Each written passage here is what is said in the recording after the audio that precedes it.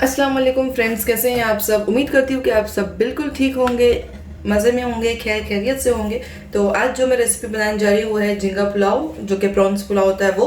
तो सबसे पहले आप मेरे चैनल को सब्सक्राइब कर दीजिए, और जो ये वीडियो पहली बार देख रहे हैं, मतलब जो मेरे चैनल पे नए हैं, वो प्लीज़ जाके सब्सक्राइब कर दीजिए चैनल को, और साथ ही में जो बेल आइकन होता है उसे क्लिक कीजिए, जिससे कि आपको रेसिपीज़ की जो नोटिफिकेशन है वो मिलती रहेगी और कोई भी रेसिपी आपसे मिस नहीं होगी।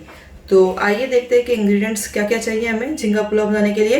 तो यहाँ मैंने प्रॉन्स ले लिया है, ये मैंने 150 ग्राम के आसपास प्रॉन्स ले लिए है, बट इस रेसिपी में 200 ग्राम प्रॉन्स जाएगी। मेरे हस्बैंड को कुछ खास प्रॉन्स पसंद नहीं है, तो इसलिए मैंने थोड़ी कम लिया है प्रॉन्स, बट जितनी चावल की आपकी क्वांटिटी है उतनी ही प्रॉन्स की होनी चाहिए। तो यहाँ मैंने चावल 200 ग्राम ले लिया है।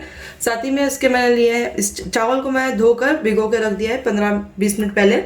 साथ ही में यहाँ पे मैंने एक छोटा आलू ले लिया है कट करके, बिकॉज मेरे हस्बैंड ज़्यादा प्रॉन्स पसंद नहीं करते, वो आलू ज़्यादा पसंद है पुलाव का, तो इसलिए मैंने ज़्यादा ऐड किया है थोड़ा। एक छोटा आलू ले लेना है आपको, इस तरीके से छोटे छोटे पीसेज में कट करके। साथ ही में हमें चाहिए ऑयल पकाने के लिए। यहाँ मैंने दही ले लिया है 1/2 कप, एक छोटी प्याज ले लिया चॉप करके, एक छोटा टमाटर ले लिया मैंने चॉप करके। यहाँ पर मैंने अदरक लहसुन का पेस्ट लिया है 1 टेबलस्पून, और हरी मिर्च का पेस्ट लिया है 1 टीस्पून। साथ ही में इसमें मसालों में मैंने साबुत मसालों में मैंने ले लिया है ज़ीरा ले लिया है मैंने 1 टीस्पून, 2 स्टार अनीस ले लिया है, एक सिनेमन स्टिक ले लिया है छोटी सी, बस 1 इंच की। साथ ही में एक हरी इलायची, 1 लौंग और 4 काली मिर्च ले लिए। साथ ही में नमक चाहिए आपको चावलों को पकाने के लिए, एंड जो मसाला दोनों के हिसाब से। साथ ही में यहाँ पे है गरम मसाला 1 टीस्पून, और धनिया पाउडर है 1 टेबलस्पून। यहाँ पे मैंने 1/2 टीस्पून हल्दी ले ली है, और साथ ही में मैंने 1/2 कप हरा धनिया ले लिया है कट करके। तो आइए स्टार्ट करते हैं। अब देखते हैं, प्रॉन्स को मैंने अच्छे से वॉश करके उसका हेड, टेल सब कुछ रिमूव करके इसे रखा है अच्छे से, आप देख सकते हैं वेन्स वगैरह सब कुछ रिमूव करके। तो आइए स्टार्ट करते हैं। तो मैंने यहाँ एक वॉक ले लिया है, वॉक गैस का फ्लेम जो है मीडियम पे रख दिया है। वॉक हीट होने के बाद में मैं इसमें ऐड कर दूंगी 3 टेबलस्पून ऑयल। जैसे ऑयल हीट हो जाएगा तो उसमें मैं ऐड कर दूंगी जो साबुत मसाले हैं वो। सारे साबुत मसाले मैं इसमें शामिल कर दूंगी।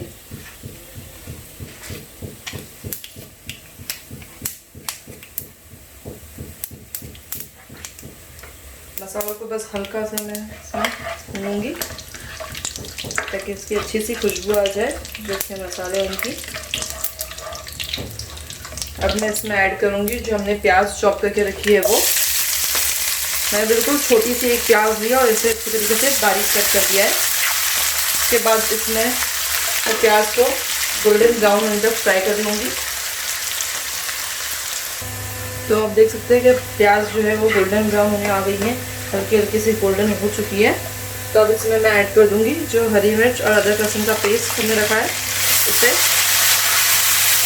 अच्छे से फ्राई कर लूँगी जब तक अदरक लहसुन की जो कच्ची खुशबू है वो चली नहीं जाती।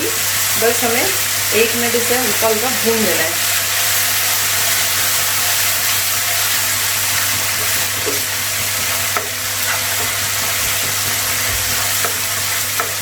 अदरक लहसुन को भूनते हुए 1 मिनट हो चुके हैं, 1 से 1.5 मिनट। तो अब मैं इसमें ऐड करूँगी जो हमने यहाँ मसाले लिए हैं, धनिया पाउडर, गरम मसाला और नमक, इसे इसमें ऐड कर दूँगी। और मसालों को भी हम अच्छे से भून लेंगे, मिक्स कर देंगे बस इसमें। और साथ ही में इसमें ऐड कर देंगे जो टमाटर हमने चॉप किए हुए रखे हैं उसे। मैंने बिल्कुल एक छोटी सी प्याज और एक छोटा सा ही टमाटर लिया था। अब हम इसे हल्का हल्का सा पकाएंगे जब तक टमाटर जो है वो सॉफ्ट नहीं हो जाते।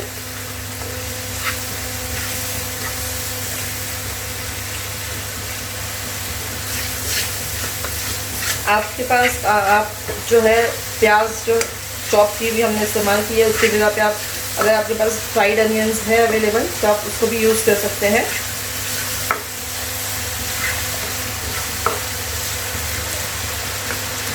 अब इसमें मैं जो आलू रखे हुए हैं इसे भी ऐड कर दूंगी सॉरी, और आलू को भी इसमें मिक्स कर लूँगी, क्योंकि आलू को पकने में थोड़ा वक्त लगेगा। तो ये अच्छे से थोड़ा मसाले में फ्राई भी हो जाएंगे और साथ साथ पकते भी जाएंगे। आप देख सकते हैं टमाटर भी अच्छे तरीके से सॉफ्ट हो चुके हैं। तो अब मैं इसमें ऐड कर दूंगी जो दही हमने रखा था वो।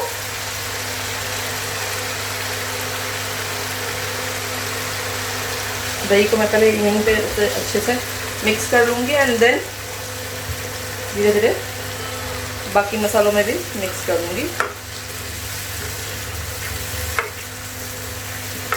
अब हम इसे अच्छी तरीके से भूनेंगे जब तक दही का पानी जो है ड्राई नहीं हो जाता और ऑयल जो है सारा सेपरेट होने नहीं लग जाता साइड से, तब तक हमें इसे इस तरीके से पकाएंगे 2 से 4 मिनट के लिए। तो आप देख सकते हैं कि मसाला जो अच्छी तरीके से भून गया है और जो ऑयल है वो अच्छे से सब रिलीज होना स्टार्ट हो गया है। तो अब मैं इसमें ऐड कर दूँगी जो प्रॉन्स हमने रखे हैं वो, और इसे भी इसमें मिक्स कर दूँगी।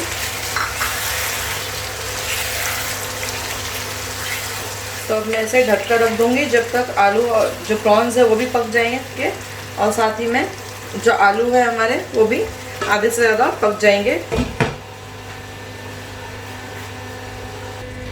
तो अब मसाले को पकते हुए 5 मिनट हो चुके हैं। तो अब हम चेक कर लेंगे एक बार से। आप देख सकते हैं कि मसाला अच्छी तरीके से पक गया है, जो प्रॉन्स है वो भी पक चुकी है अच्छे से। जो है जो हमने हल्दी पाउडर रखी थी वो ऐड कर देंगे इस पॉइंट पे। हम लास्ट में इसलिए ऐड कर रहे हैं ताकि जब हम मसाला भूनें तो उसका कलर बिल्कुल भी काला ना हो जाए। जब लास्ट में हल्दी ऐड करेंगे तो इसका जो येलो कलर है वो उसी तरीके से बरकरार रहेगा। इसके लिए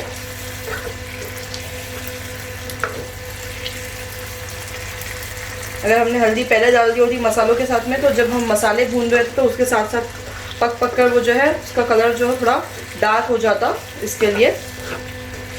तो अब मैं इसे बस 1 मिनट पका लूँगी। उसके बाद हम इसमें ऐड कर देंगे 2 ग्लास पानी। यहाँ मैंने 1 कप जो यूज़ किया है चावल, तो मैं डबल क्वांटिटी डालूँगी पानी की। अब मैं इसमें पानी ऐड कर दूँगी।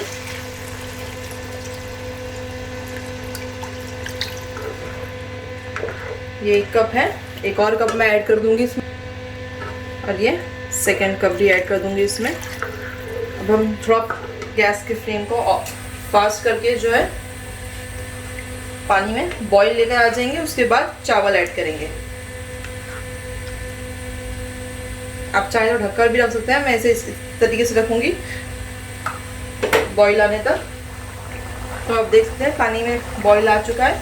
अब मैं इसमें जो चावल है मैंने इसे छान कर रख दिया है पानी रिमूव करके, इसे भी इसमें ऐड कर दूंगी और एक हल्का सा बस स्टर देकर मैं इसे रख दूंगी पकने के लिए, जब तक जो चावल पककर सारा पानी जो है ड्राई नहीं हो जाता। बस थोड़ा सा बच जाएगा तो हम इसे दम पर रख देंगे। तो आप देख सकते हैं कि चावल में ऑलमोस्ट पानी जो है वो ड्राई हो चुका है, बस थोड़ा सा रह गया है। तो इस पॉइंट पर जो है जो हरा धनिया था चॉप किया हुआ, इसे मैं इसमें डाल दूंगी इस तरीके से। ये हम बिल्कुल लास्ट में ऐड करेंगे ताकि जो धनिया है जो अच्छा खासा फ्रेश नज़र आए पुलाव में, इसलिए बस एक हल्का सा इसे स्टर दे दूँगी मैं और इसे अब कवर करके मैं दम पर रख दूँगी। जब 5 से 7 मिनट के लिए इस पर दम पर रख दूँगी इस तरीके से। उसके बाद मैं आपको सर्व करके बताती हूँ कि ये किस तरीके से बना है। तो दम पर रखते हुए काफ़ी टाइम हो चुका है, तो अब मैं गैस का फ्लेम ऑफ कर दूँगी और इसे चेक कर लूँगी। आप देख सकते हैं कि पानी कम्प्लीटली ड्राई हो चुका है, तो अब हम इसे सर्व कर लेंगे।